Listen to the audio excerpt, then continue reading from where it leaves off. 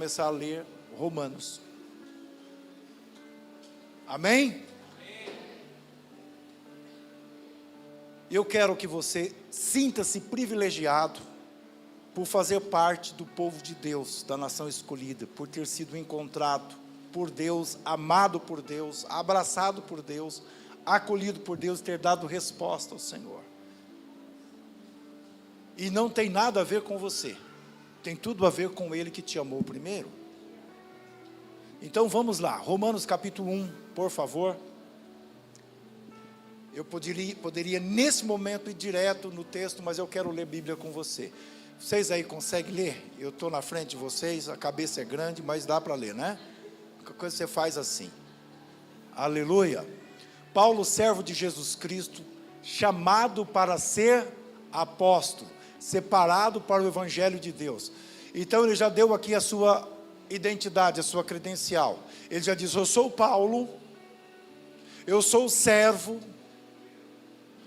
E quando ele falou que era servo numa sociedade em que o servo era o escravo, e falando para uma cultura greco-romana, em que era muito difícil alguém se posicionar, e quando alguém se posicionava desta forma, ele estava colocando-se de forma vilipendiosa, não de forma honrosa. Mas ele disse servo de Jesus Cristo. Para a gente hoje falar que é servo de Jesus numa sociedade cristã é algo honroso, mas naquela época não, porque aquele que foi pendurado sob o madeiro estava à semelhança dos demais que tinha uma morte vergonhosa, uma morte desastrosa, que era maldito, que não era bem visto na sociedade, que era a escória da sociedade. E ele dizia: eu sou servo deste. Parou para refletir? Paulo, ele dizia: eu sou Paulo, eu me tornei escravo deste que vocês rejeitaram e levaram para a cruz. Então, ele retirou dele todas as credenciais honrosas para uma sociedade greco-romana, e inclusive para os judaizantes que faziam parte da própria comunidade de fé. Ele diz: eu fui chamado para ser apóstolo. Aí a condição de apostolado dele, ele já dizia: eu estou agora como representante desses que vocês ultrajaram. Eu fui chamado para isso, eu não fui chamado para outra coisa.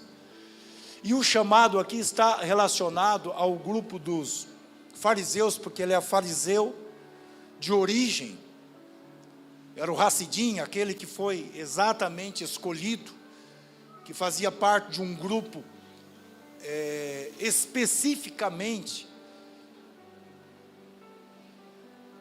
colocado para preservar os preceitos e os costumes da cultura e da religiosidade do povo judaico. E ele agora está dizendo o seguinte: eu era fariseu, continuo como fariseu. Entendeu a ligação? Eu era fariseu, que preservava os costumes judaicos e a religião dos nossos antepassados. Eu continuo como fariseu, só que agora eu sou um fariseu de Cristo. Eu sou um Hassidim de Cristo. Eu sou um apóstolo, isto é, eu sou um preposto, eu sou um embaixador, eu sou um ministro, eu sou alguém que representa o Cristo, separado para o Evangelho de Deus, as boas novas de salvação que vem de Deus. Agora todos tinham uma essência com Deus. Então Paulo se apresentou, ele mostrou as suas credenciais. Por gentileza, pode prosseguir. Que ele antes havia prometido pelos seus profetas nas santas escrituras. Aí ele reporta a antiga aliança. Ele disse: Deus prometeu Jesus Cristo através das santas escrituras e dos seus profetas. Santas escrituras, você vai lá, o Cordeiro morto desde a fundação do mundo. Quando Adão pecou, o Senhor logo disse, na sentença dada, ele disse: esta vai ferir o seu calcanhar, mas a semente dessa vai lhe ferir a cabeça. Então a primeira promessa já esteve ali, Gênesis 3,15, e aí prossegue-se. Todos os meninos que nasciam na antiga aliança, será que este é o Salvador? Será que este é o Messias? Então este prometido apareceu. E Paulo está dizendo, eu estou com ele. Prossegue, por favor. Acerca de seu filho que nasceu da descendência de Davi segundo a carne. Acabamos de falar, pode prosseguir. E que com poder foi declarado Filho de Deus segundo o Espírito de Santidade. Esta é a primeira vez que aparece esta expressão, Espírito de Santidade. É uma expressão muito forte, muito veemente, que mostra e que apresenta de que Jesus Cristo, Ele veio da parte de Deus, e Ele não tem nada a ver com uma humanidade, Ele tem a ver com uma divindade, Ele tem a ver com Deus, que no momento da concepção, o Espírito do Senhor, Ele repousou sobre Maria, e esta concebeu, não teve participação de José, e a placenta teve e tem esse poder, de fato, de preservar aquele que está sendo gerado, de quem o gerou. Então, o Espírito Santo estava, que é o Espírito de Santidade, ali que separou, que não permitiu que o pecado adâmico, que o pecado de Adão, que veio para todos os seus descendentes, estivesse contaminando a carne de Jesus. Isso é poderoso. Isso é poderoso. Mas ele veio em carne, e o Verbo se fez carne e habitou entre nós, e vimos a sua glória como a glória do unigênito do Pai, cheio de graça e de verdade. Assim que o evangelista João descreve o Senhor. E aí ele está exatamente dizendo, olha, Jesus foi declarado Filho de Deus. Vocês, embora não aceitando, Ele é Filho de Deus. Ele mostrando para aquele universo. Pelo Espírito de Santidade, pela ressurreição dentre os mortos. O que ele estava a dizer acerca da ressurreição de Jesus? Que ele era diferente de todos os demais líderes que havia sido constituído e estabelecido até então.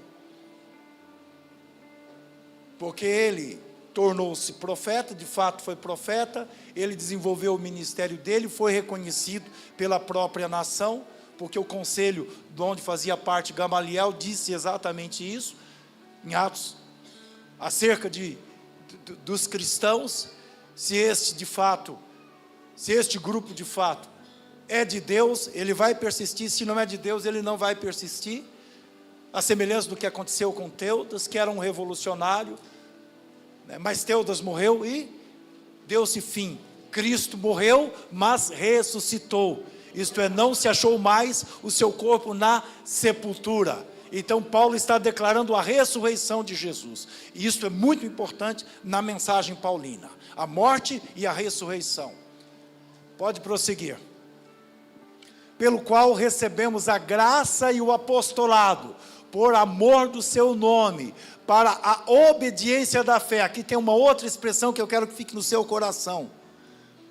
A fé é um espírito, e nós recebemos de Deus.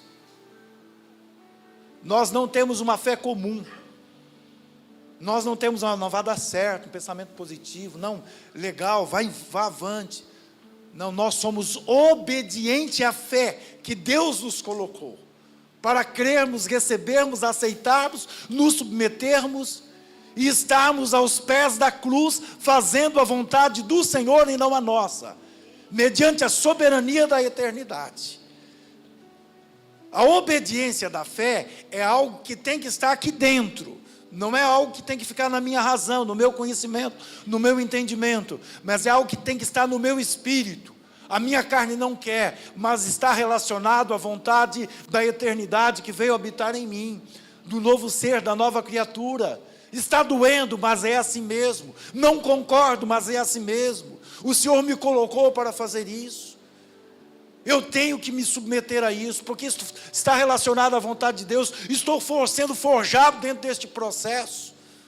Eu não concordo com o que está acontecendo, mas a fé me diz que este é o caminho, que este é o princípio. Eu tenho que estar obedecendo, entendendo, compreendendo. Guarda esta palavra que eu estou dizendo para você agora, porque ela é muito importante, porque nós fomos justificados pela fé.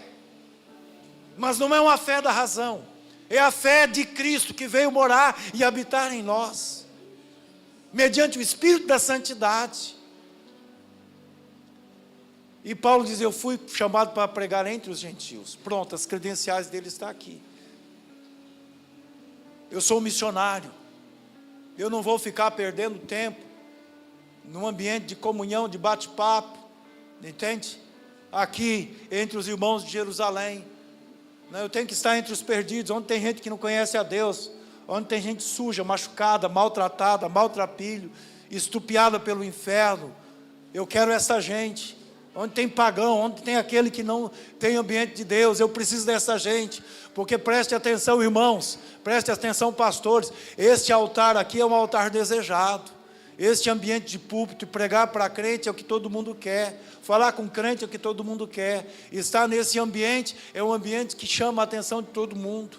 E sair de um ambiente como esse é o que eu fiz, porque eu fui inconformado com Deus, ainda na minha tenra idade, desejando exatamente um ambiente da proclamação, deixando a casa de meus pais. Eu estava numa igreja, e o meu pastor, que fez o meu casamento com a Silvia, ele tinha um coral, e eu cantava naquele coral. Imagina só que estrago que ele não fez, que perda de tempo, me colocou no coral, entende? Mas chegou num determinado momento que ele me colocou entre dois baixos, Diácono Enos e Diácono Celestino, duas vozes de trovão. Eu entendi, eu falei assim, ele não quer que a minha voz apareça. Eu disse, o que eu estou fazendo nesse lugar? Sábado à tarde, ensaiando coral, pastor Luiz. Eu falei, saio desse lugar. Peguei um bocado de folheto, saí para a rua evangelizar. Eu vim para ganhar vidas, ganhar almas, proclamar o evangelho. Eu tinha 17 anos de idade. Jesus me deu uma das primeiras vidas, foi uma macumbeira. Bati na porta dela e o estrago no inferno aconteceu. Eu quero dizer para você, entende? Esse ambiente é um ambiente que gera muitos problemas. Porque você chega a um determinado momento para lidar com caprichos pessoais, desde a cor da parede, a formatação do prédio, ao som da igreja, a formação, a maneira como estão as cadeiras, a roupa, a indumentária, entende? São caprichos pessoais. Paulo diz, eu fui chamado para os gentios, eu fui chamado para gerar gentes, para a proclamação, para o testemunho, para desbravar. Ele já deixou claro. Aleluia, prosseguindo, que eu tenho que chegar no capítulo 3, entre os quais sois também vós chamados para serdes de Jesus Cristo. Aleluia. A todos os que estáis em Roma, amados de Deus, chamados para serdes santos, graça a vós e paz da parte de Deus nosso Pai e do Senhor Jesus Cristo. Só agora que ele foi cumprimentar os irmãos. Só agora que ele foi dizer a paz do Senhor, irmãos. Graça e paz, irmãos. Depois que ele soltou essa bomba no coração da igreja. Depois que ele explodiu. Entende? Tem um tratado teológico tremendo até aqui. E agora ele foi chegar para os irmãos. E o mais importante, nós vamos ver logo mais. Ele não era o cara que tinha fundado essa igreja. Não era o pastor da igreja. Prosseguindo.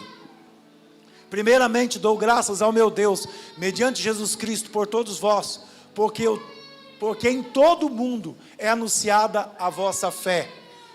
Pois Deus, a quem sirvo em meu espírito, no evangelho do seu Filho, me é testemunha de como incessantemente faço menção de vós. Pois Deus, prossegue por favor. Pedindo sempre em minhas orações que afinal, pela vontade de Deus, me ofereça boa ocasião para ir ter convosco. Isto é, ele estava orando por uma igreja que não era dele. Ele estava falando acerca de uma igreja da qual ele não fundou. Ele estava agradecendo a Deus e intercedendo a Deus por uma igreja da qual ele não era pastor. Ele estava feliz em Cristo por ver o progresso da igreja do seu companheiro de ministério. Estava aplaudindo a Deus pela vida da igreja que estava prosperando, e não estava com ciúmes do irmão, não estava com ciúmes do pastor, não estava com inveja do pastor, mas estava orando pela igreja. Isso é visão de reino. Isso é dizer: pastor Luiz, louvado seja Deus, Deus lhe deu uma igreja abençoada, Deus lhe ungiu, Deus lhe deu bênção, Deus lhe deu a oportunidade de comprar um terreno, de construir, em breve o senhor está fora do aluguel.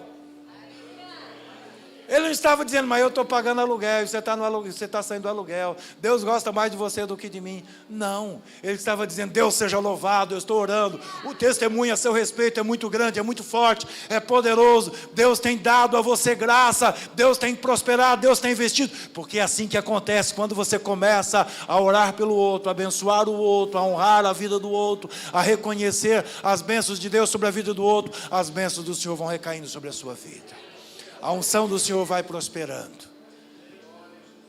Quando você começa a olhar para o outro e dizer: mas e eu aqui, irmão, você entrou no muro das lamentações. Paulo não caiu nessa desgraça. Paulo não caiu nessa miséria. Eu só consegui casar, meu filho, quando eu comecei a parar de olhar e dizer assim: fulano arrumou um namorado, eu não arrumei. Fulano arrumou uma esposa, eu não arrumei.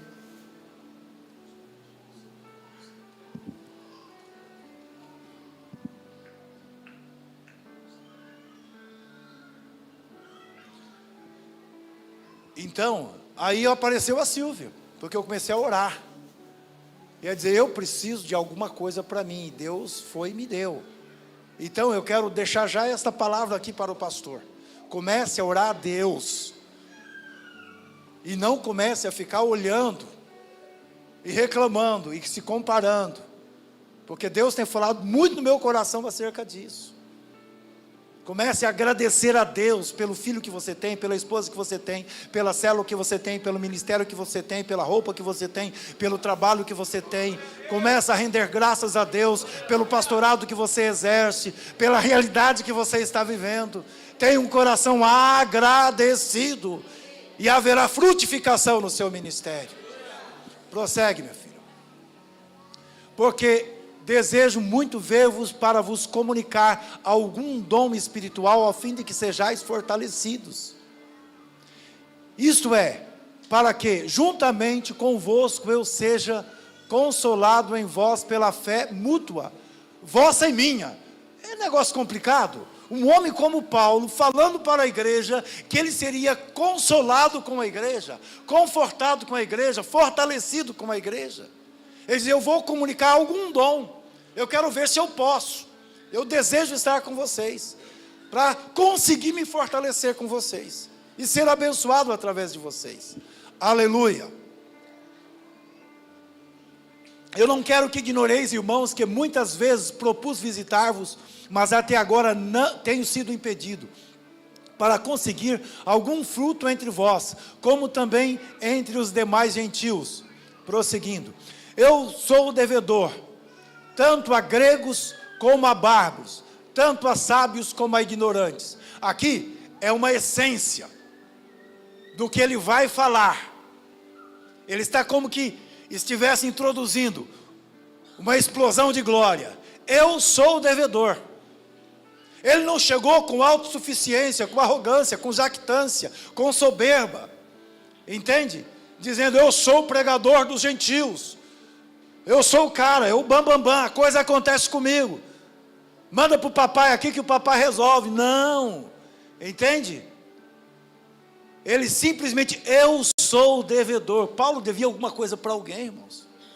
O homem estava no final da sua terceira viagem missionária, já tinha entregue a sua vida, ele já tinha sido açoitado por muitas vezes, ele estava no final aqui do ministério dele, ele já tinha pregado o evangelho em todo o mundo de então, Ele estava olhando para Roma, queria estar em Roma e estabelecer em Roma uma base missionária, porque no mapa mundi ele já tinha encontrado: a Espanha ainda não tem Jesus, eu quero ir para a Espanha, eu quero proclamar o Evangelho na Espanha. E Roma vai ser a minha segunda Antioquia, porque ele foi enviado pela igreja de Antioquia. Agora ele estava no final do ministério, mas ele dizia: eu ainda tenho que alcançar aquele outro povo, aquela outra nação. Ele estava enxergando, ele dizia: eu quero estar com vocês. E ele dizia: eu me sinto devedor, eu me sinto devedor. E aí ele diz, tanto de gregos como bárbaros, os gregos na sua imponência, porque pensa, quem dominava o mundo da época eram os gregos, a cultura greco-romana, a cultura helênica predominava. Pensa num lugar assim que você sonha e diz: esse lugar é bom demais. Mas os bárbaros eram aqueles analfabetos, sem cultura, com dificuldades, com limitações.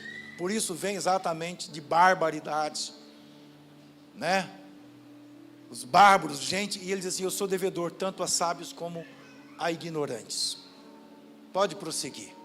De modo que, quanto está em mim, estou pronto para anunciar o Evangelho também a vós que estáis em Roma. Prosseguindo. Pode prosseguir, versículo 16. Porque não me envergonho do Evangelho, pois é o poder de Deus para a salvação de todo aquele que crê, primeiro do judeu e também do grego. Então, ele não se envergonhava de quem? De quem que Paulo não se envergonhava, irmãos? Vamos lá, você está acordado aí. Ele não se envergonhava de quem? E o Evangelho representava quem? O cara que tinha sido morto na cruz, que era o pior dos piores. Ele diz: eu não tenho vergonha. Eu não me envergonho dele, porque eu bem sei que ele é o poder de Deus. A única coisa que pode mudar, que pode transformar, que pode causar impacto, é o poder de Deus. E aí ele estabeleceu, primeiro do judeu e também do grego. Prossegue. Porque no Evangelho é revelada. Irmãos, é assim, a Bíblia, ela é uma fonte inesgotável. Eu estou aqui lendo a Bíblia com você e dizendo para você: é importante a leitura da Bíblia, mas não uma leitura da Bíblia como se lê um livro comum, um livro de romance, ou um livro de escola, um livro acadêmico. Não, eu leio a Bíblia e preciso de ler a Bíblia, entrando na história da Bíblia, com o Espírito de Deus, obtendo a palavra rema, a palavra revelada, a revelação. Deus vai falar comigo. Deus tem algo novo para mim nesta palavra, porque no Evangelho é revelada, de fé em fé. Então a fé que eu estava com ela ontem, por isso que é um espírito, ela hoje, ela tem que ter uma nova revelação, ela tem que ter um novo momento, eu tenho que ter uma nova experiência, porque ela vai me revelar o quê? A justiça de Deus, justificação pela fé, e a justiça de Deus é Cristo Jesus. Eu dependo de tornar-me justiça de Deus em Cristo Jesus todos os dias. Como está escrito, o justo vive pela... Agora, irmão, você tem fé que você vai comprar um carro, você tem fé que vai casar, você tem fé que vai ficar curado, você tem fé... Irmão, você está com fé em coisas materiais. Não é pecado ter esse tipo de fé. Não. Esse tipo de fé é uma fé natural, que faz parte desse seu universo, dentro de uma perspectiva humana, visível, física, tangível. A sua fé tem que estar dentro de uma dimensão que é a fé de Jesus, é uma fé espiritual. É uma fé que te eleva para você andar no sobrenatural, para você ser movido por algo do qual não tem mérito algum em relação à sua existência, mas uma resposta que emana do trono da majestade celestial, uma fé que te permite alcançar de fato esta justiça.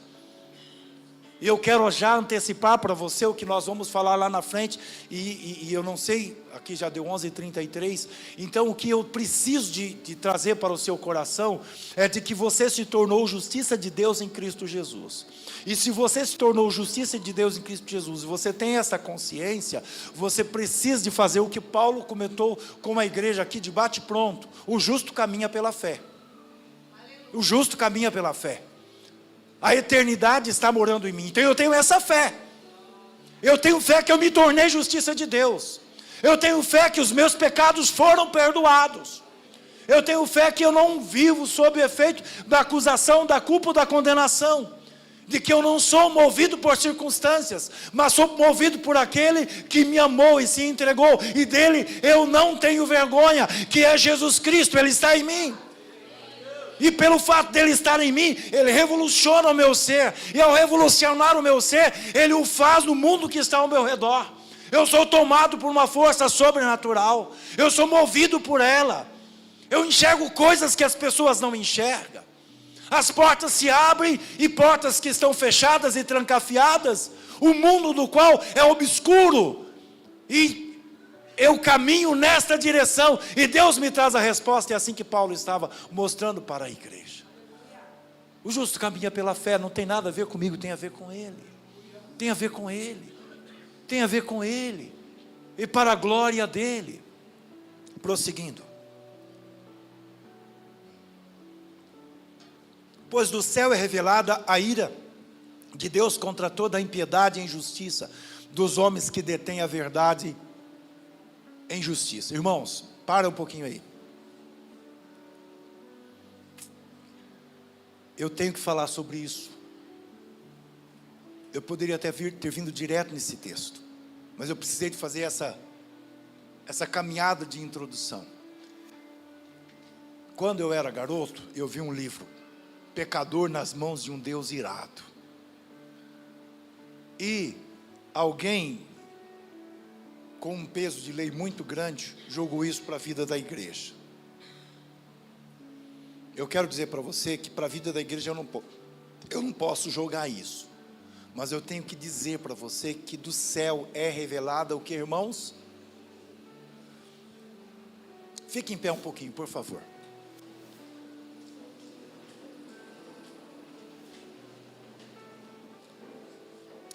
Leia comigo esse texto. Leia comigo esse texto. Vou sair até da frente aqui. Pois do céu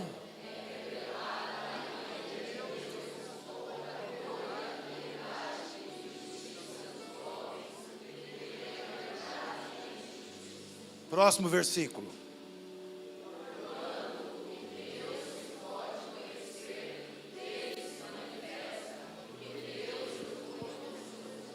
Aleluia. Volto para o versículo 18. Que o Senhor conceda graça sobre a sua vida, sobre o seu coração, porque quem conhece o seu coração e a sua vida é o único Deus, Criador dos céus e da terra. Ele é o único que detém o conhecimento do que passa nas profundezas dos teus sentimentos e do teu coração. E que você já tenha sido livre da ira de Deus. Livre da ira de Deus. Agora pode se assentar que eu vou precisar de explicar isso para você. No livro de Gênesis, no capítulo 1, o Senhor criou o ser humano. Preste atenção para você entender perfeitamente. O Senhor criou o ser humano. E ao ter criado o ser humano, o colocou como o preposto dele, o representante dele. Mas aquilo que era para o ser humano fazer, o ser humano não fez, que era para representar Deus. E o ser humano vendeu para o inferno, para o diabo, a sua vida de santidade. Mas como o diabo não é santo, ele sujou a vida do ser humano. O ato da desobediência permitiu que o pecado entrasse no mundo. E a ira de Deus se manifestou. A ira de Deus aconteceu quando Deus chegou e chamou Adão, Adão. Adão, Adão, onde estás? E Adão estava escondido, porque não queria se encontrar com Deus, porque estava com medo de Deus, porque ele se deparou com o pecado. E ao ter se deparado com o pecado, o Senhor disse: o dia que você comer deste fruto, você vai morrer. Ele disse: Deus está irado e Deus vai me matar. E ele fugiu do Senhor.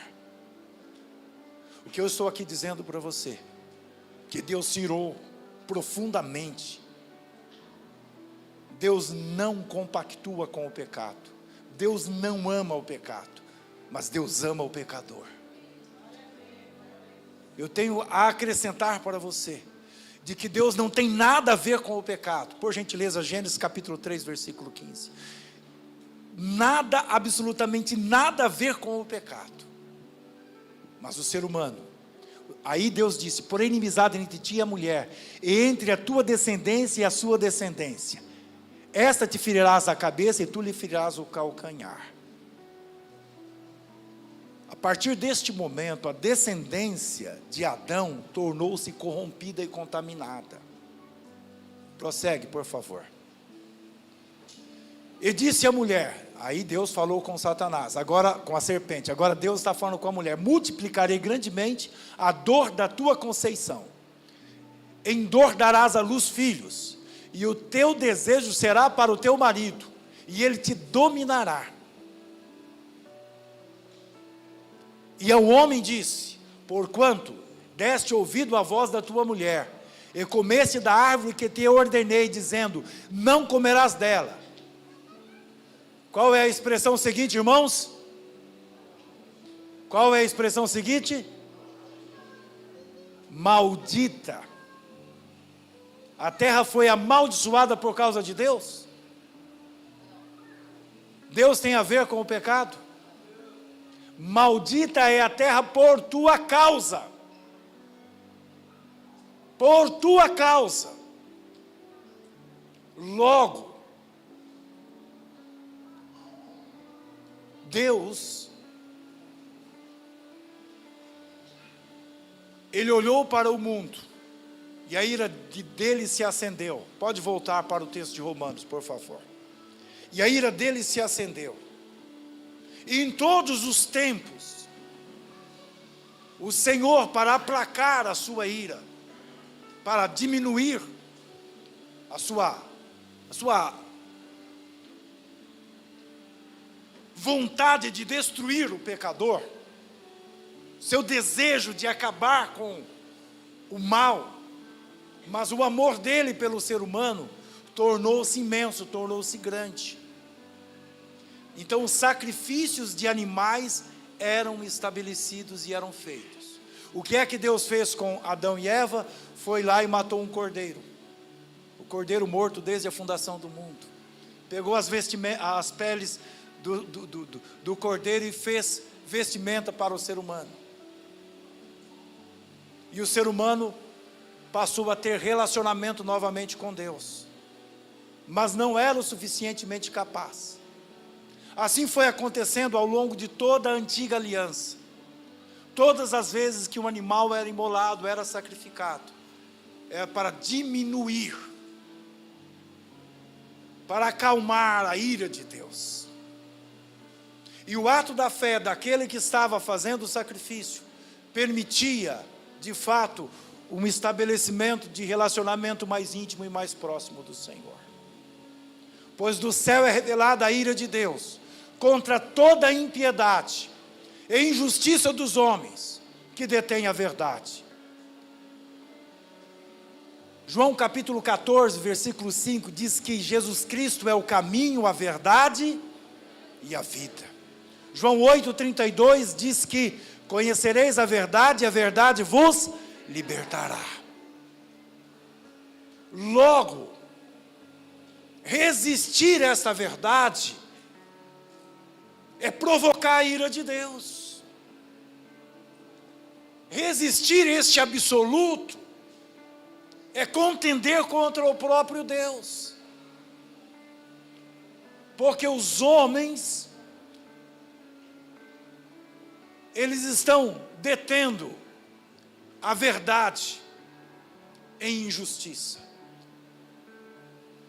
E eu quero transportar você para um ambiente que Paulo estava falando para uma igreja que não era a igreja que ele tinha fundado, não era uma igreja que ele tinha pastoreado, era uma igreja que ele conhecia através de pessoas, porque era uma metrópole, porque era um local onde convergia muita gente, todos os caminhos se levam a Roma, lembra disso? Então a circulação de pessoas lá era constante, e ele tinha pessoas lá no capítulo 16 a gente encontra isso, pessoas dos quais ele se relacionava com ela. Áquila e Priscila eram uma dessas pessoas. Agora, o que Paulo está mostrando para a gente aqui é a ousadia e a determinação daquilo que ele recebeu de Deus. Ele recebeu o Evangelho de Deus. O próprio Deus manifestou a ele e deu a ele as revelações. Nós temos Mateus, Marcos, Lucas e João. E nós temos o quinto Evangelho, que é o Evangelho de Romanos. E esta é uma revelação de Deus diretamente para a vida de Paulo. E Paulo, dentre os apóstolos, é o que mais deu contribuição teológica missionária para a vida da igreja. Dos 27 livros do Novo Testamento, nós atribuímos 14 livros a Paulo. Então imagina a proeminência deste mensageiro de Deus, desse receptáculo do Senhor, desse que se tornou vaso nas mãos do Senhor, desse representante do Senhor, e ele começa a partir de agora a manifestar algo muito forte e pesado para a vida da igreja. Aquele está obstruindo uma estrutura da igreja de Roma, de pessoas que se sentiam senhoras de si, detentoras da verdade, donas da razão, melhores do que as demais, porque afinal de contas habitavam em Roma, estava na sede, estava na capital, tinha poder econômico, tinha poder cultural, poder intelectual, tinha representatividade, e os judeus dos judeus estavam por ali, que haviam aceitado Jesus, tinha sua opulência, a sua prepotência, desenvolvia acepção de pessoas, e Paulo começa então a trabalhar no coração desta gente. Isso serve muito para a gente nos dias de hoje, porque às vezes a gente cresce, a gente se envaidece, a gente tem que tomar cuidado. Deus nos sustentou, nos abençoou, avançamos, estamos aqui, são 10 anos, nós temos que tomar cuidado com isso. A arrogância não pode, a presunção, a jactância, a prepotência, isso não pode dominar a nossa vida, isso não pode nos fazer senhores de si, detentores, tudo vem do Senhor, tudo é do Senhor. Se Deus tem nos dado coisas, Deus tem nos dado vidas, se Deus tem nos dado gente, é Ele, e diz respeito a Ele, não tem nada a ver com a gente, a obra é dEle, a graça provém da parte dEle, é o Senhor quem faz, não somos nós. Olha só o que ele começa a dizer, e aí eu quero com você fazer a leitura de forma sistemática, eu vou evitar ficar fazendo comentários a partir de agora, porque eu preciso de chegar no capítulo 3. Será que chego, meu irmão? Está difícil, né? Mas vamos lá.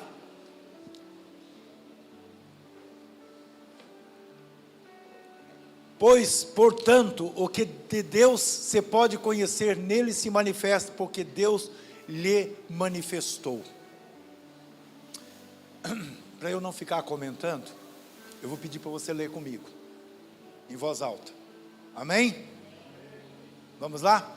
Porquanto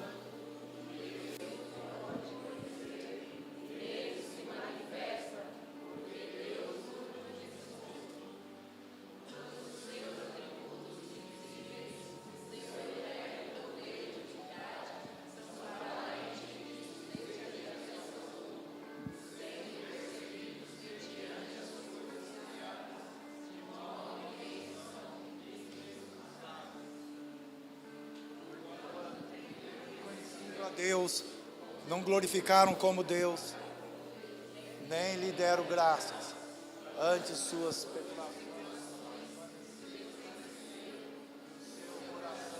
sensato obscureceu, dizendo-se sábios, tornaram-se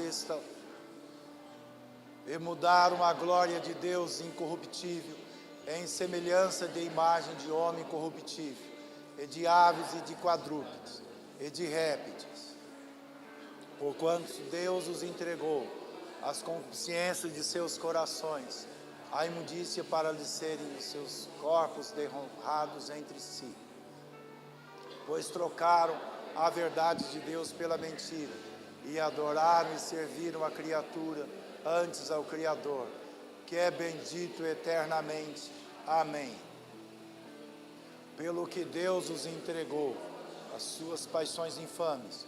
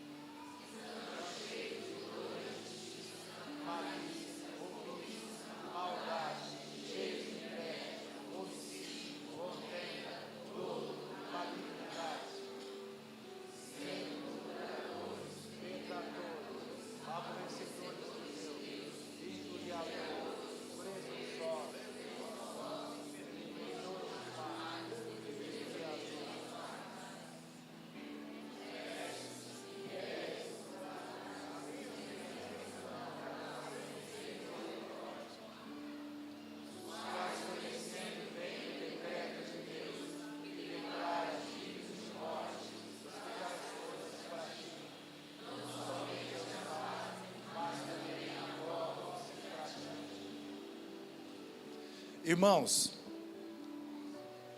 Paulo escreveu isso para a igreja. E ele mostrou a realidade do mundo da época. O versículo 32 está dizendo assim: os quais, conhecendo bem o decreto de Deus, que declara dignos de morte os que tais coisas praticam, não somente as fazem, mas também aprova os que a praticam.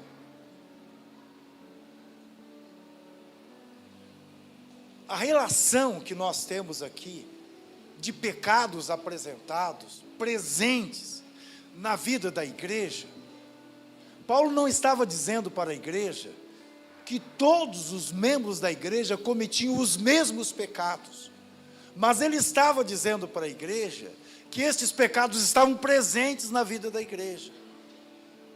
Ele estava desnudando a espiritualidade da igreja. Ele estava mexendo com o coração da igreja. Ele estava tratando da vida das pessoas. Ele estava mexendo com uma estrutura religiosa da igreja.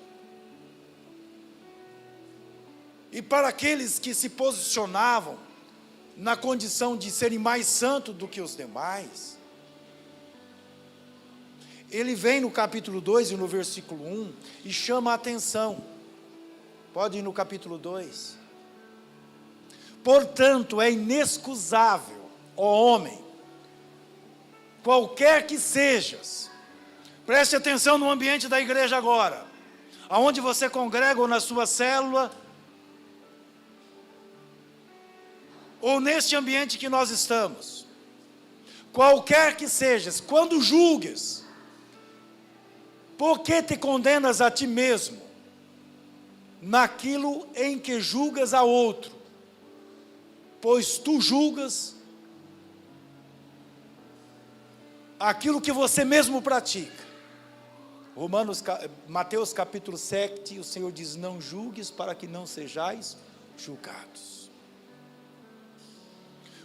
Paulo chega aqui e diz o seguinte: olha aqui o judeu, olha aqui o santarrão, olha aqui o religioso, olha aqui o santo, mais santo do que os outros, mais poderoso do que os outros, que está com o dedo em ristes, apontando o pecado do outro.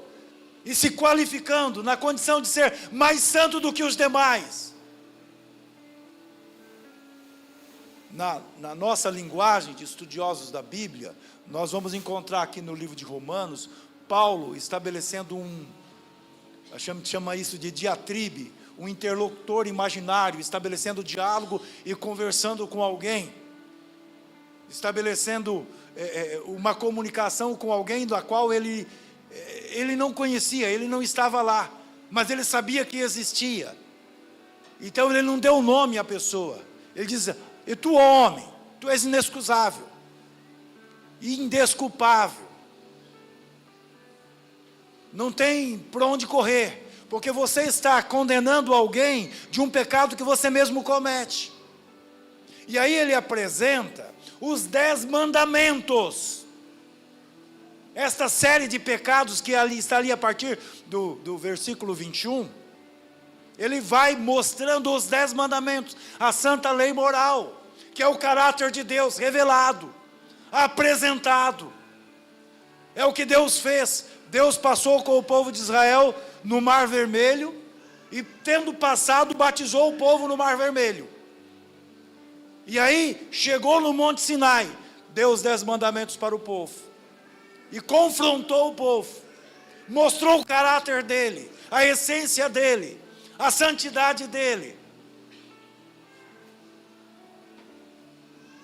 E aí, qual é o papel da lei? Romanos 7, versículo 2, a lei é santa, o mandamento é santo, justo e bom, tem uma finalidade específica, mas por si só, ela não tem poder de nos salvar, ela não resolve o nosso problema, ela não nos capacita para a eternidade, ela só nos expõe, ela só nos mostra,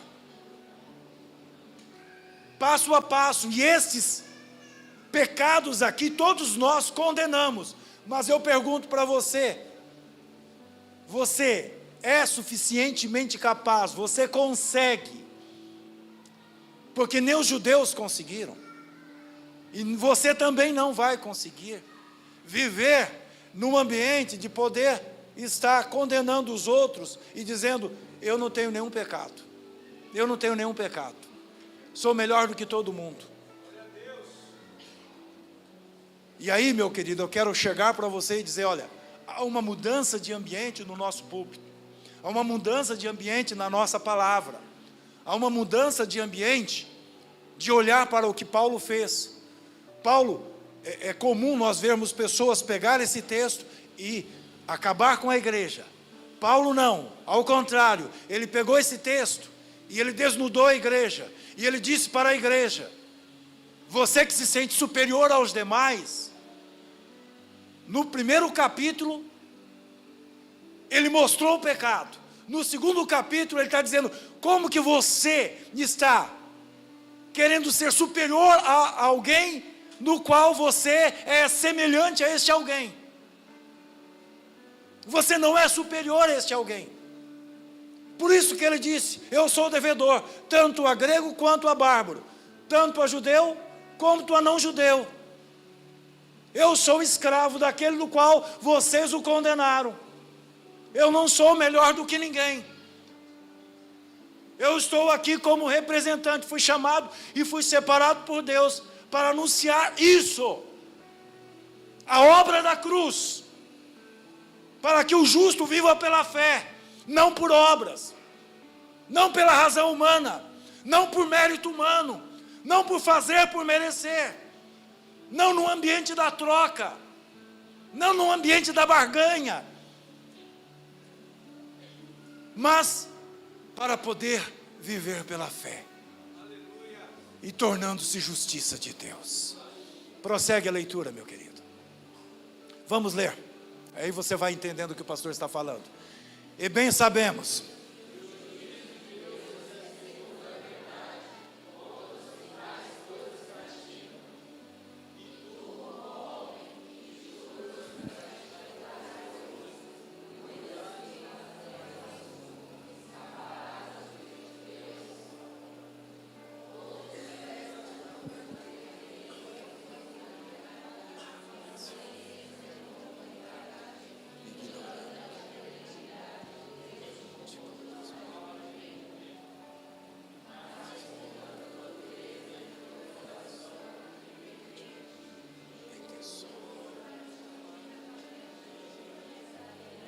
Não, vamos ler direito. Mas segundo a tua dureza e teu coração impenitente, entesoura a ira para ti no dia da ira e da revelação do justo juízo de Deus. Deus há de julgar este mundo. Haverá um dia que o Senhor virá, e todos nós iremos comparecer perante o tribunal de Cristo, e a ira de Deus será manifesta, e nós precisamos estar livres desta ira, é o que ele está dizendo. Prosseguindo,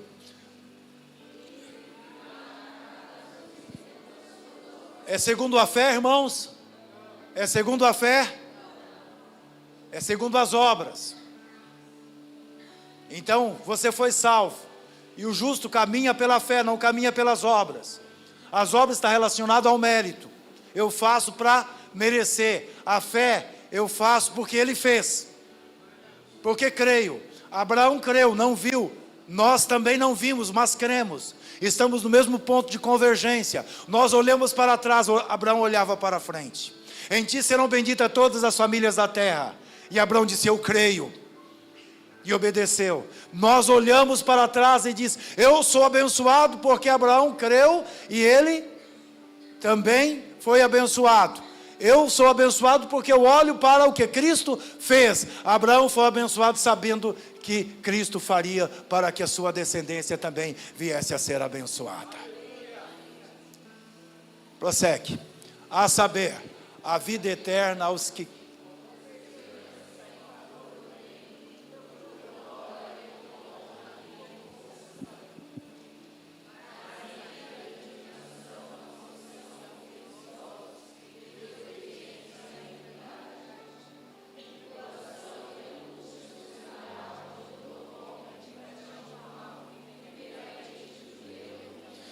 percebe que ele está trabalhando, primeiramente do judeu e do grego.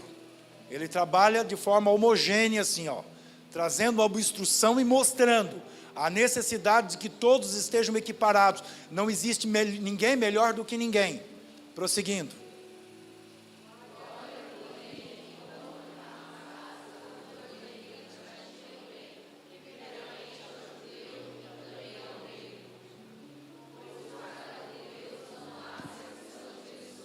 Não há acepção de pessoas, está tudo nivelado, somos todos iguais diante de Deus, não existe ninguém melhor, ninguém pior diante de Deus. Nós precisamos ser elevados no nível da fé, aí não existe ninguém diferente diante do Senhor, todos nos tornamos, como o pastor Felipe falou aqui, filhos, prosseguindo.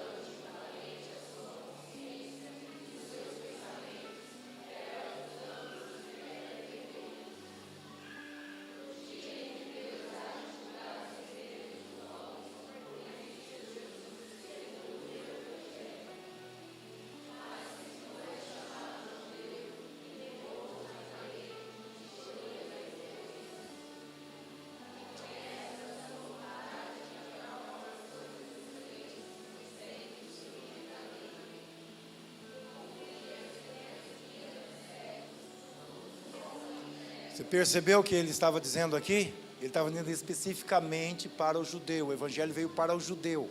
Ele veio para os que eram seus, seus não o aceitaram. Por isso que ele fala primeiro do judeu e depois do grego. E agora ele está falando exatamente com os judaizantes, presentes na vida da igreja. Ele estava mostrando, olha, você te repousas na lei, você te glorias na lei. Você se sente de fato aquele fariseu no templo, junto ao publicano, que bate no peito e se posiciona, não sou como este, entende? Eu entrego dízimo, eu sou o melhor, eu sou observador da lei, eu faço tudo isso. Não, ele está aqui mostrando para a gente de forma muito clara, muito clara. Ó, você é um cego que guia outro cego. Você é um cego que guia outro cego, porque você está te repousando exatamente em obras. Esta é uma obstrução de uma inversão de valores. Segura aí que nós temos mais. Luz dos que estão em trevas. Vamos lá.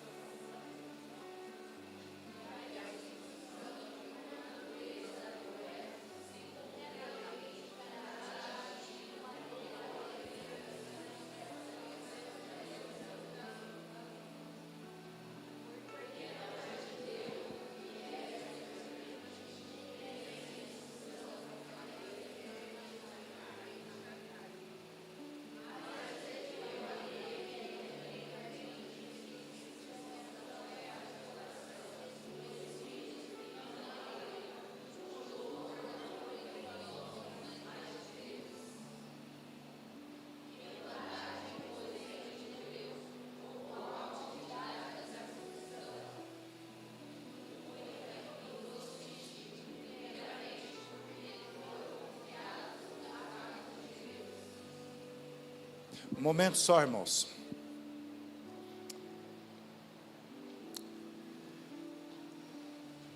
Nós vamos entrar agora. Tem uma sequência aqui. Eu estou com pressa, que já me disseram aqui, ó, tem 30 minutos. Aí eu fiquei pensando nos 30 minutos o que eu faço. Deixa eu tomar água aqui.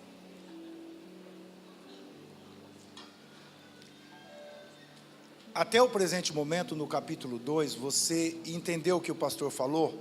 No capítulo 1, ele expôs o pecado. No capítulo 2, ele nivelou, dizendo que todos são iguais. Finalizando o capítulo 2, ele diz o seguinte: porque o que se considerava judeu, e para ser judeu, tinha que ter a circuncisão. Ele diz, olha, a circuncisão é uma coisa da carne.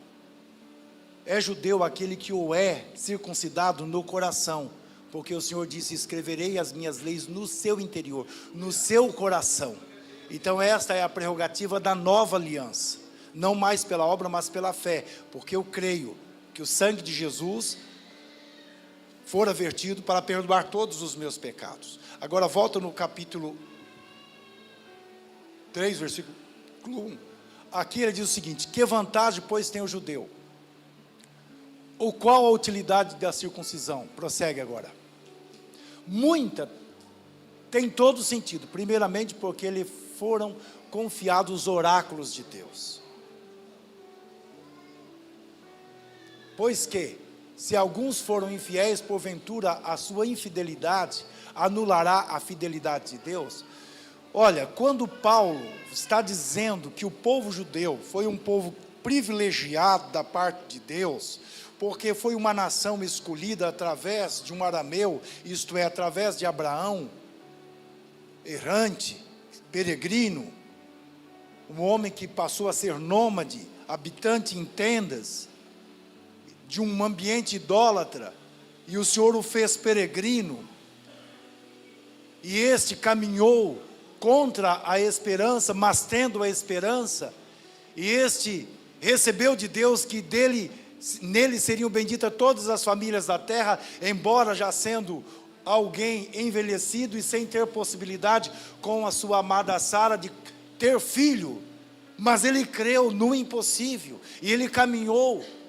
Então, Deus, ao invés de pegar os egípcios, a Síria, Deus, ao invés de pegar as nações já estabelecidas na época, a Babilônia, ao invés de pegar aquelas grandes culturas que já haviam sido estabelecidas e dela formar uma nação, não. Deus pegou exatamente este improvável, Abraão, e fez dele uma nação, e uma nação tão poderosa que até hoje causa problema para o mundo. O povo judeu até hoje causa problema para o mundo, porque Deus tem uma aliança com Abraão. Deus abençoou o judeu por causa de Abraão. E lá em Apocalipse 7, nós entendemos perfeitamente que no período da grande tribulação, o Senhor vai ter um tempo para o povo de Abraão, onde estarão os 144 mil. Eu quero dizer aqui para você, de que os oráculos de Deus foram separados e foram preservados para um povo, e Paulo estava afrontando um povo. Então você se gloria em ser filho de Abraão, em ter recebido a lei, em ter culto, em ter sacrifício, em ser abençoado, em ser privilegiado, em ter exatamente esta proteção. Os demais povos da terra, eles sabiam da existência de Deus, e vocês sabem perfeitamente, adoravam pedra, pau, adoravam o ar, a astrologia, o politeísmo proliferava. Ele sabia que existia um ser superior, e sabe que existe um ser superior, porém o povo de Israel prestava culto a um Deus que tinha reação, um Deus que criou os céus e a terra, um Deus que se relacionava, que falava, que caminhava, que sustentava, que abençoava, um Deus que deu para eles o culto, um Deus deu para ele a lei, deu para ele a ordem, deu para ele os regimentos, deu para ele uma palavra, porque a Bíblia é o livro mais antigo em todos os tempos, o best-seller em todos os tempos. Então, um povo privilegiado, ele recebeu os oráculos de Deus. Então ele está dizendo o seguinte: o símbolo de que você é um judeu é a circuncisão, e Deus deu os oráculos para você, mas você se manteve fiel? Não, você rejeitou. Vamos prosseguir. Prosseguindo, por favor. De modo nenhum, antes seja Deus verdadeiro e todo homem mentiroso, como está escrito, para que seja justificado em tuas palavras e venças quando fores julgado. Aqui ele já começou a afrontar e bater diretamente, e dizer: essa tua religiosidade para que serve? Prosseguindo. E se a nossa injustiça prova a justiça de Deus, e ele se colocou junto, que diremos? Acaso que castiga com ira é injusto? Falo como homem, ele estava falando dele mesmo. De modo nenhum. Do contrário, como julgará Deus o mundo? Mas se pela mentira abundou mais a verdade de Deus para a sua glória, porque sou eu ainda julgado como pecador? E por que não dizemos: façamos o mal para que venha o bem? Como alguns caluniosamente afirmam que dizemos: a condenação dos quais é justa. Estou tendo dificuldade de enxergar. Pois que somos melhores do que eles? De maneira nenhuma, pois já demonstramos que tanto judeus como gregos, todos estão debaixo do pecado. Aqui ele começou a obstruir tudo. Amém, irmãos? Está entendendo o que o pastor está falando? Se não está entendendo, engana o pastor, diga amém. Obrigado. Como está escrito: não há justo, nenhum sequer. Não há quem entenda, não há quem busque a Deus. Todos se extraviaram, juntamente se fizeram inúteis. Não há quem faça o bem, não há nenhum só. Som aqui, por favor. A sua garganta é um sepulcro aberto. Aqui ele começou a mostrar o pecado novamente. Percebe? Ele vai e diz assim, ó, quem você acha que você é? Você se sente tão religioso? Você se sente tão santo? Você se sente tão superior como os demais? Quem você acha que você é? E aí ele começa a dizer, a sua garganta é um sepulcro aberto, como as suas línguas tratam enganosamente, peçonha de asp, isso é de serpente, está debaixo dos seus lábios, a sua boca está cheia de maldição e amargura, os seus pés são ligeiros para derramar sangue, nos seus caminhos há destruição e miséria, e não conhece o caminho da paz, não há temor de Deus diante dos seus olhos. Ora, nós sabemos que tudo o que a lei diz, aos que estão debaixo da lei diz, para que se cale toda a boca e todo mundo fique sujeito ao juízo de Deus, à ira de Deus. Portanto, pelas obras da lei, nenhum homem será justificado diante dele, pois o que vem pela lei é pleno conhecimento do pecado. Até aqui, nós temos a primeira grande parte do livro de Romanos. Aqui se encerra a primeira grande parte do livro de Romanos. Aqui Paulo mostrou, se apresentando com as suas credenciais, dizendo quem ele era, falando diretamente ao seu corpo, ao seu grupo destinatário, que era a igreja de Roma, mostrou o Evangelho, que é o poder de Deus para a salvação de todo aquele que nele crê, que fora do Evangelho não há justiça de Deus, e que o justo caminha pela fé. E aí ele começou a partir do versículo 21, expor a realidade da humanidade, e do pecado das pessoas, inclusive daqueles que se sentiam superiores. Ele vem até o capítulo 3, o versículo 20, mostrando a realidade do ser humano, a realidade do ser humano. Pastor, o senhor nos trouxe aqui exatamente para falar que a gente é isso? Não, querido. Eu falei a princípio para você, de que a ira de Deus não está sobre você, de que a ira de Deus não está contra você. Me suporte mais um pouco, que eu tenho agora a pregação que eu ia pregar no início. Me suporte mais um pouco, não durma não fica bravo com o pastor não, tá? Então eu vou pregar agora, mas eu preciso que você esteja atento a isso. Isso vai lhe fazer muito bem, muito bem. Porque nós somos justificados, não por nossas obras. Eu não sou justificado porque eu estou pregando aqui, isso é obra. Eu não sou justificado porque eu levo pão para os que têm fome. Eu não sou justificado porque eu estou atendendo os moradores de rua. Eu não sou justificado porque eu sou um bom esposo, porque eu sou um bom pai, ou porque eu venho a ser um bom avô, um bom filho. Não sou justificado por estas coisas. Eu não sou justificado pelo meu relacionamento com as pessoas. Eu não sou salvo por causa disso. Vamos para o versículo 21. Mas agora, sem lei, tem se manifestado a justiça de Deus. Sem lei, tem se manifestado a justiça de Deus. Quem é a justiça de Deus? É Jesus Cristo. De que é atestada pela lei e pelos profetas. Aqui eu tenho duas coisas. A primeira lei é a lei, o decálogo dos 10 mandamentos. Quem teve aula com o pastor sabe do que o pastor está falando. A segunda lei é a Bíblia toda. A lei e os profetas. A lei e os profetas. A primeira lei, o decálogo.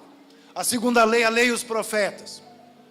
E ele está aqui a dizer, ela se manifestou. O fato dela ter se manifestado é que ela estava presente, mas estava encoberto, como que se estivesse debaixo de um pano, de um véu, como que se estivesse com escamas nos olhos. O sacrifício era feito, porém a gente não enxergava, não era palpável, não era tangível, a gente não visualizava. E ele diz, ela se manifestou, ela estava encoberta, ela estava escondida.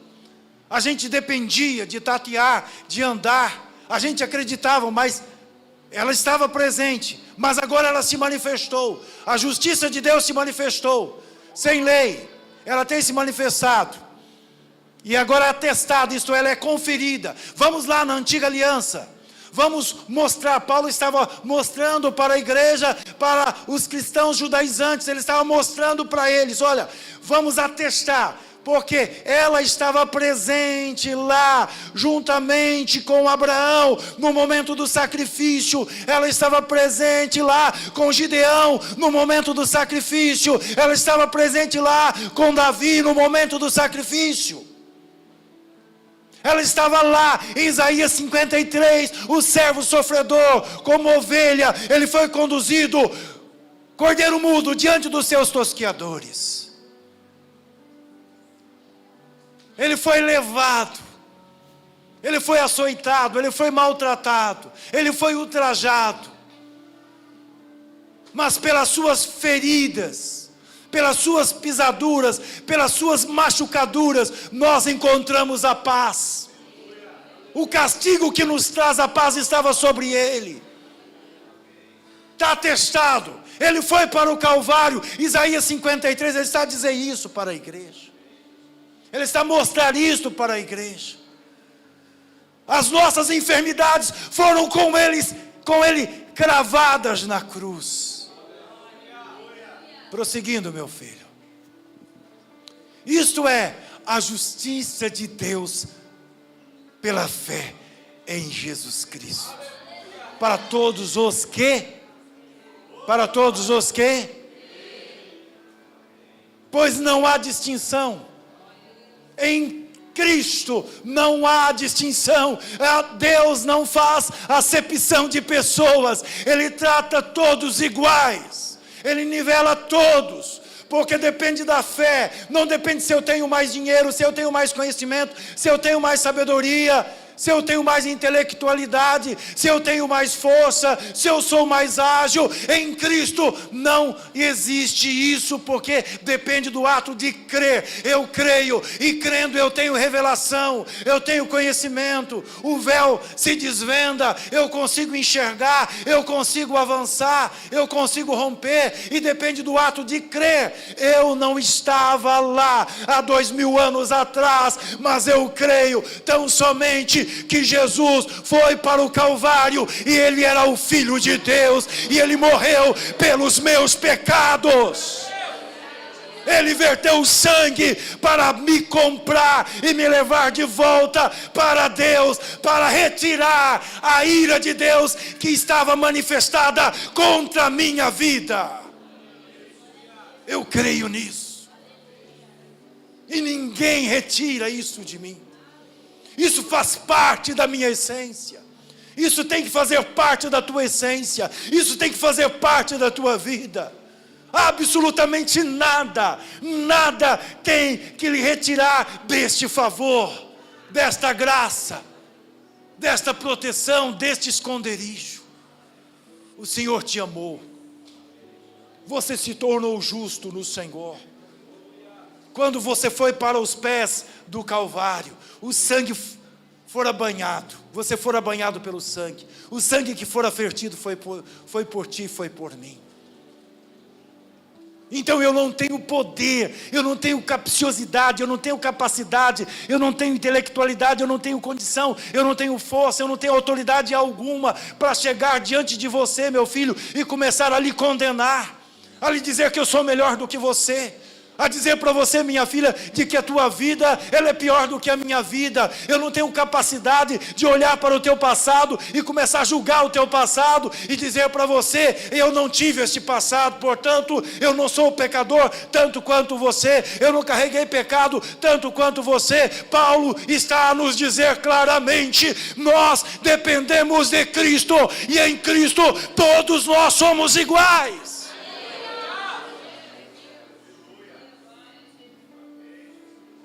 Sabe por que eu digo isso? Porque às vezes você fica preocupado, quem foi meu pai, quem foi a minha mãe, quem são os meus pais, como que é a minha história, olha para a minha realidade, olha a minha vida, olha o que eu já fiz.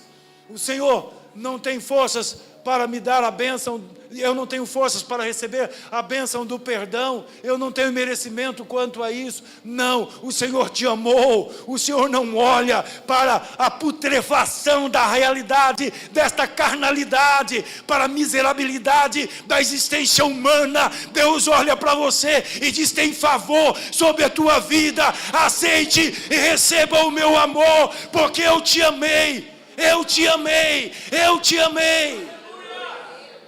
A única coisa que eu tenho que fazer é me esforçar para receber o amor de Deus. Prossegue, meu filho. Porque todos os pecados destituídos estão da glória de Deus. Não há um justo sequer, todos. Romanos 6,24, porque o salário do pecado é a morte, mas o dom gratuito de Deus é a vida eterna em Cristo Jesus. Eu preciso de ser aceito, você precisa de ser aceito. Agora preste atenção. Eu vou comparecer diante de Deus com a lei sem pecado, mas eu não consigo comparecer sem pecado porque a lei me mostra que eu sou pecador. Ela me mostra, ele tem o papel dela. Então eu vou comparecer diante de Deus com o pecado. Mas comparecer diante de Deus com o pecado, eu preciso de uma coisa muito importante e essencial, que é o sangue. Se você comparece diante de Deus com sangue, você é favorecido. Você escolhe. Você comparece diante de Deus com o quê? Com sangue. Vá diante do Senhor com sangue. Vá até o altar do sacrifício com sangue. Veja só que coisa preciosa. Prossegue. Sendo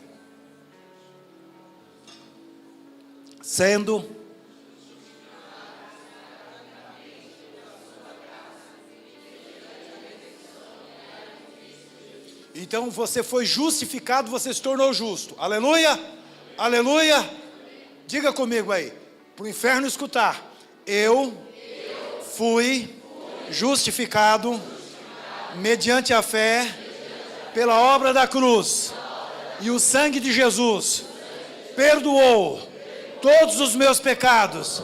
E eu me tornei um só com Jesus, porque Ele passou a habitar em mim, a morar em mim, e Ele não me deixa, porque Ele está comigo, porque a palavra diz: não te deixarei, não te abandonarei, filho meu, eu sou teu, e tu és meu.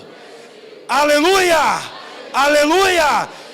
Sendo justificado gratuitamente pela sua graça. Graça é um favor do qual não há mérito. E se eu fui agraciado, eu não tenho que fazer nada para ser salvo. Se eu tiver que fazer alguma coisa para ser salvo, eu vou anular aquilo que Cristo fez na cruz do Calvário. Se eu tiver de fazer alguma coisa para ser salvo, eu vou estar resistindo o Evangelho de Jesus Cristo.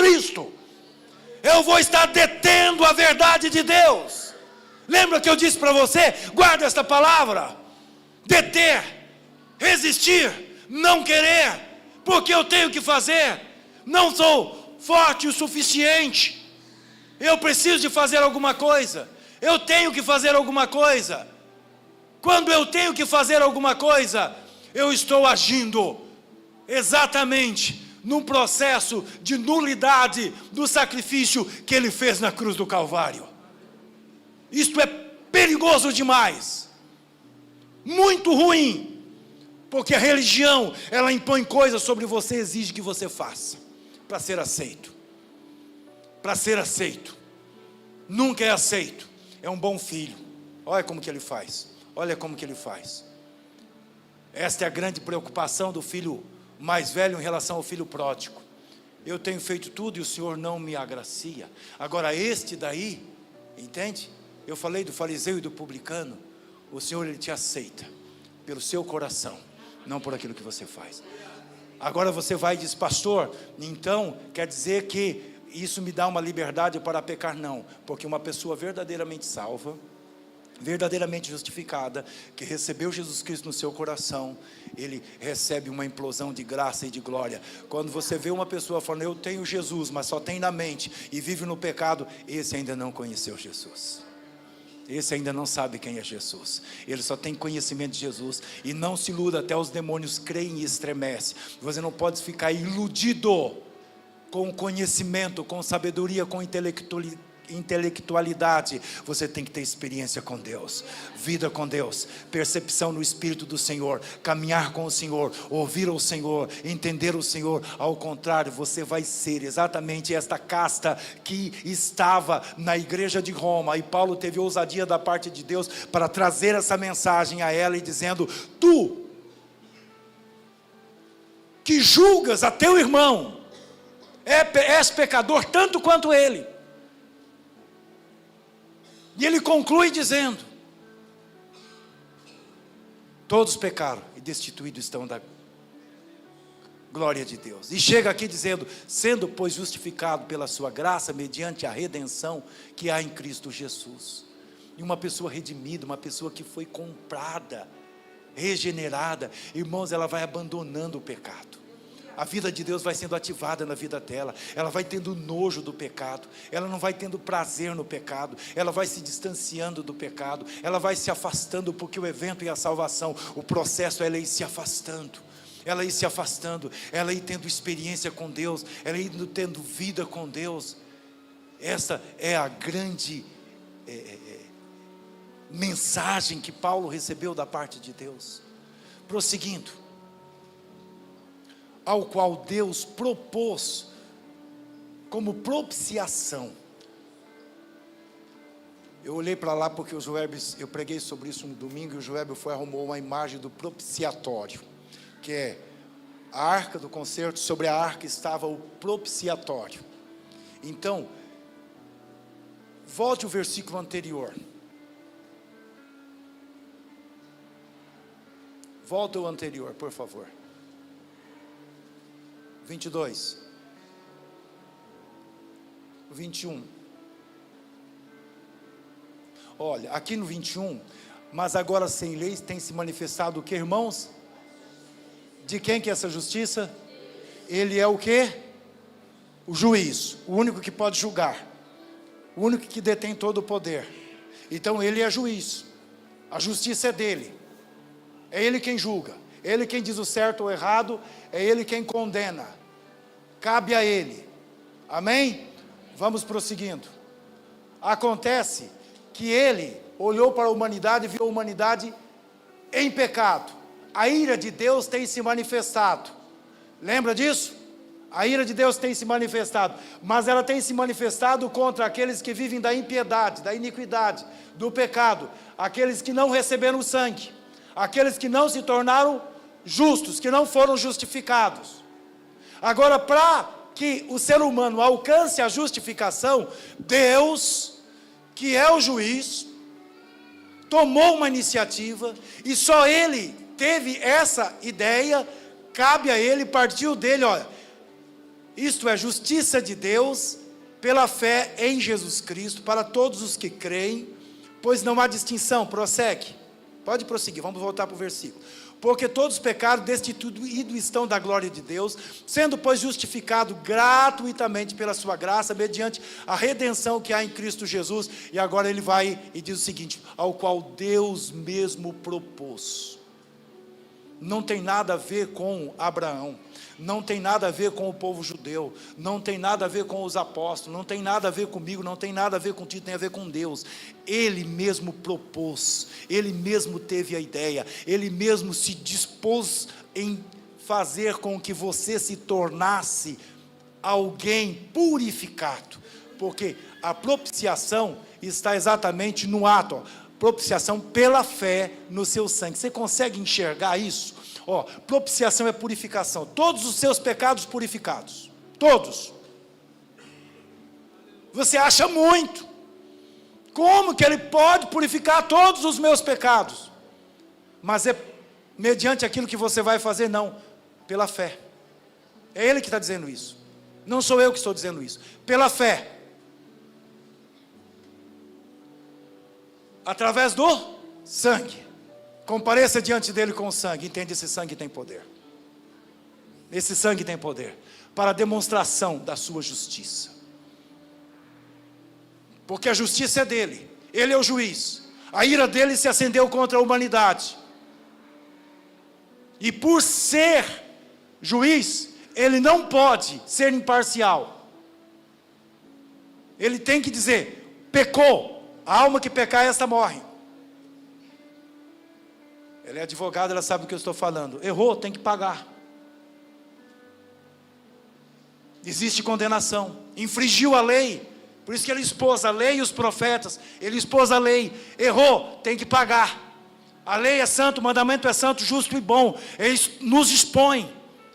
Temos que pagar. Estamos condenados. Aí se manifesta o quê? O juiz. Ele diz: a sentença está dada, a ira de Deus se levanta. Aí o que Deus faz? Ele falou assim: eu vou propor isso daqui. Eu mesmo vou propor isso daqui. Só Ele pode propor. Quem é que vai aceitar? Quem é que vai querer ser absolvido? Quem quer absolução? Quem vai aceitar? Vai ser anulado. Dos seus pecados eu não me lembrarei mais. Eu vou colocá-los no mar do esquecimento. Não mais me lembrarei. Aí eu dependo da fé, porque a justiça vai se revelar. Ela vai se manifestar, porque ela estava encoberta. Ela se manifesta para mim e para você neste tempo presente, porque o seu tempo é hoje, é agora. A revelação acontece agora para o seu coração, e a aceitação é sua, por ter Ele na sua paciência deixado de lado os delitos outrora cometidos. Ele ignorou tudo. Aceita. Ele mesmo fez isso. Não tem nada a ver com você, tem a ver com Ele. Ele propôs, a iniciativa é dele. Por que é que você tem que andar carregado o tempo todo? Porque se você é movido por circunstâncias e fica olhando para o seu problema o tempo todo, esse problema vai continuar existindo. Hebreus 12, deixemos de lado todo o embaraço e todo o pecado. Coloque Hebreus 12 para mim, por favor.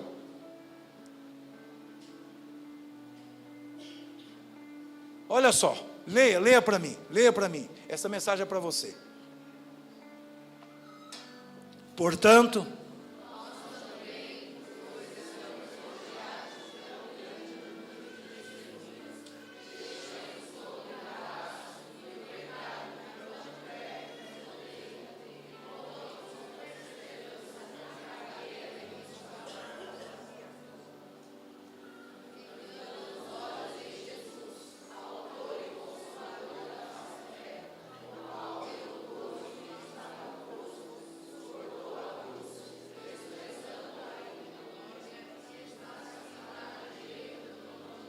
ei, o que é que você tem aqui? Para você andar devagar? É para andar devagar? Coitada da tartaruga, né? Eu preguei esses dias e falei: coitada da tartaruga, mas não é a passos de tartaruga. É para correr. Corra. É uma carreira.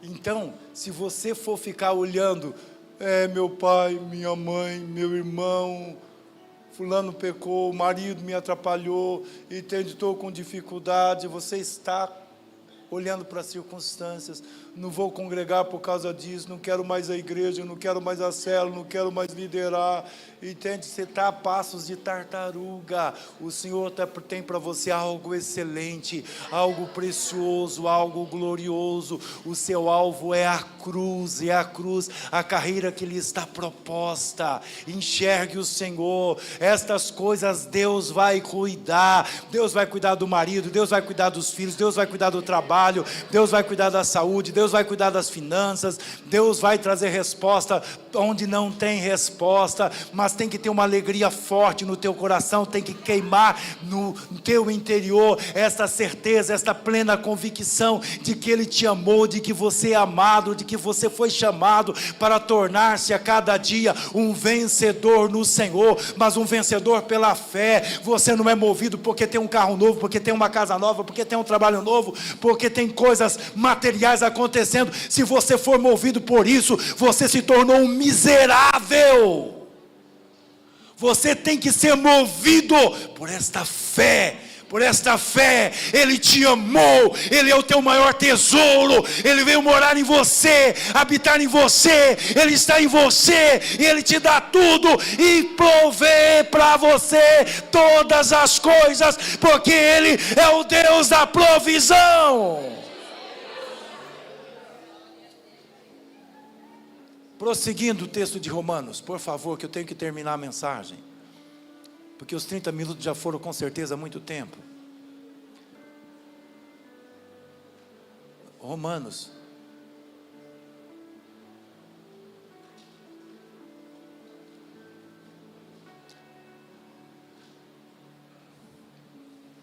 Prossegue, 26.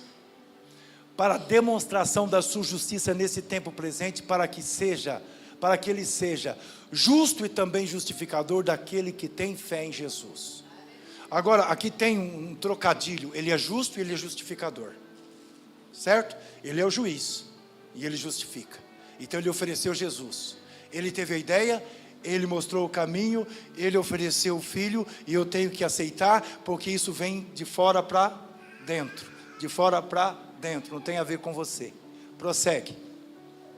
Onde está logo a jactância? Foi excluída, porque a lei das obras? Não, mas pela fé. Entendeu o resumo que ele fez? Ele fez um resumo aqui. Não tem nada a ver com as obras, não tem nada a ver com a lei, não tem nada a ver com todo esse universo que vocês aí em Roma têm estabelecido e empunhado sobre a vida das pessoas. Tem a ver com a fé em Cristo Jesus. Prossegue. Concluímos que o homem é justificado pela fé sem... E leia comigo aí, irmãos. Concluímos...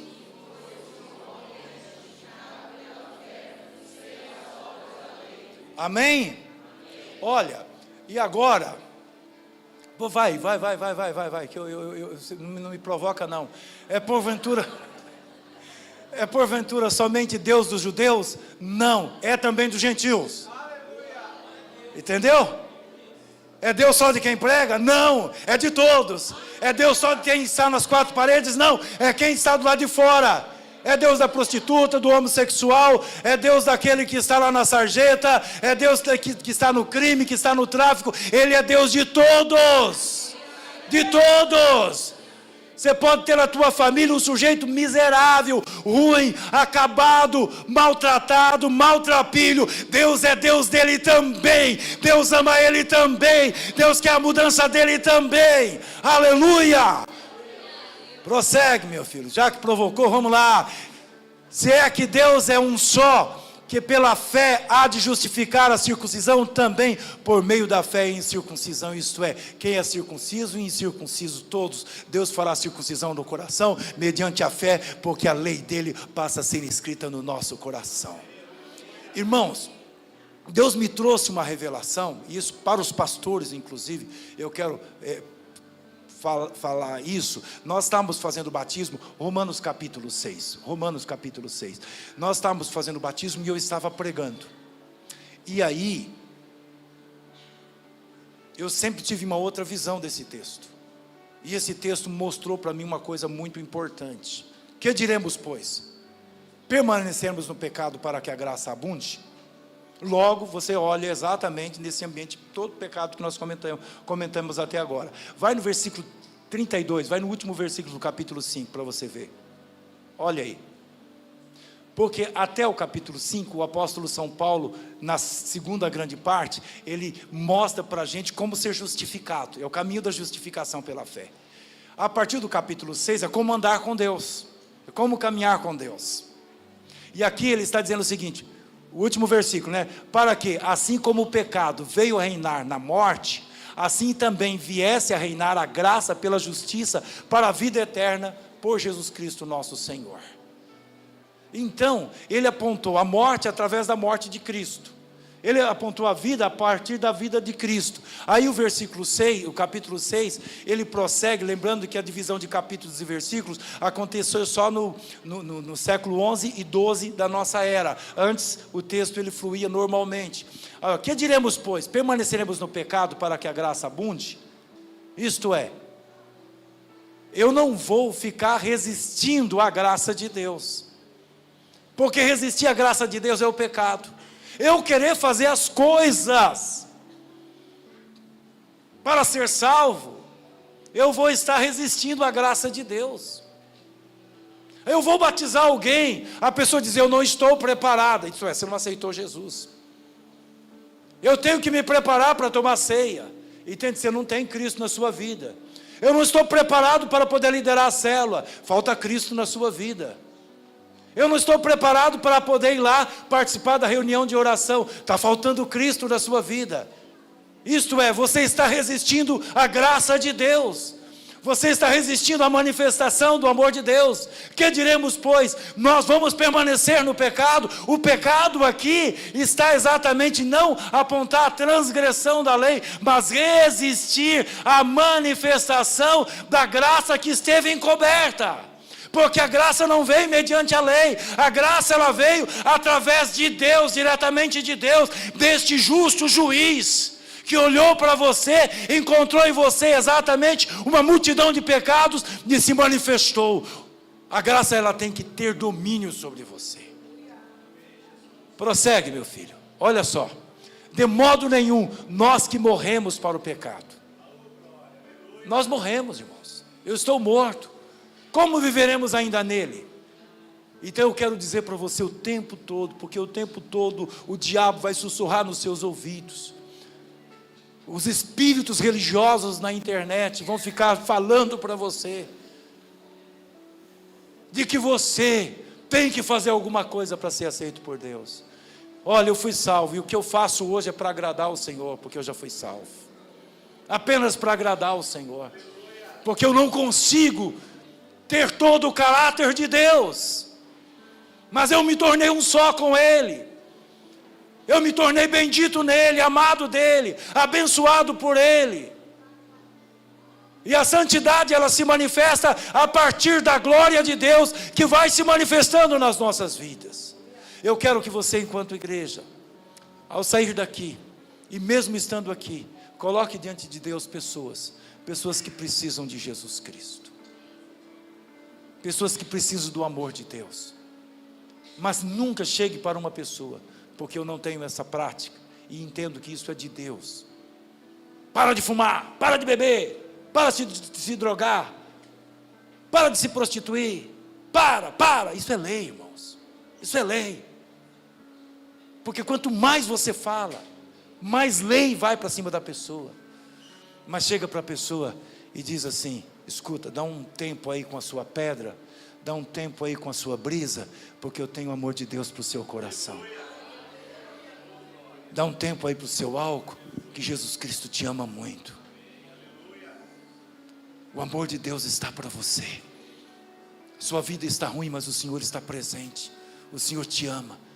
Abre o teu coração, aceita o que Cristo fez. Então, eu vou expor vocês agora, tá? Essas meninas bonitas, que estão entre as bonitas, né? A Carol, a Camila e a Giovana, mãe e filha. Então a Camila, ela é neta do senhor João Braga. João Braga é pai da Edna, que é a esposa do Beto. Então eles me levaram sábado para fazer uma visita ao pai da Edna. E aí o senhor João Braga dizia, eu já fiz tanta coisa errada na vida, porque resolvia tudo na bala. Eu já fiz tanta coisa errada na vida, que, entende, Deus não me perdoa mais. Não é isso, filhos? Deus não me perdoa mais. Eles vinham contando para mim, Deus não me perdoa mais. Este é o coração dele. Um homem afeiçoado, um homem bonito, mas com um coração assim sofrido. Deus não me ama, Deus não me aceita mais. E essa mensagem que eu preguei para você aqui hoje, por isso que eu fiz questão de fazer a leitura do livro, por isso que eu disse para os pastores, eu gostaria que você estivesse comigo estudando Romanos. Por isso que eu estou falando com os irmãos, a gente vai prosseguir o ano que vem, eu quero você estudando comigo isso, para ter esse entendimento e essa clareza.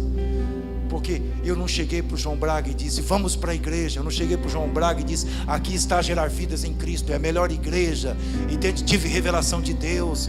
Não, eu cheguei para ele e apresentei essa mensagem, que é a mensagem da cruz, a mensagem da salvação, a mensagem da redenção. Aí, quando ele todo desconfiado, o tempo todo desconfiado, matreiro, todo desconfiado, mineiro velho, olhando para mim, todo desconfiado.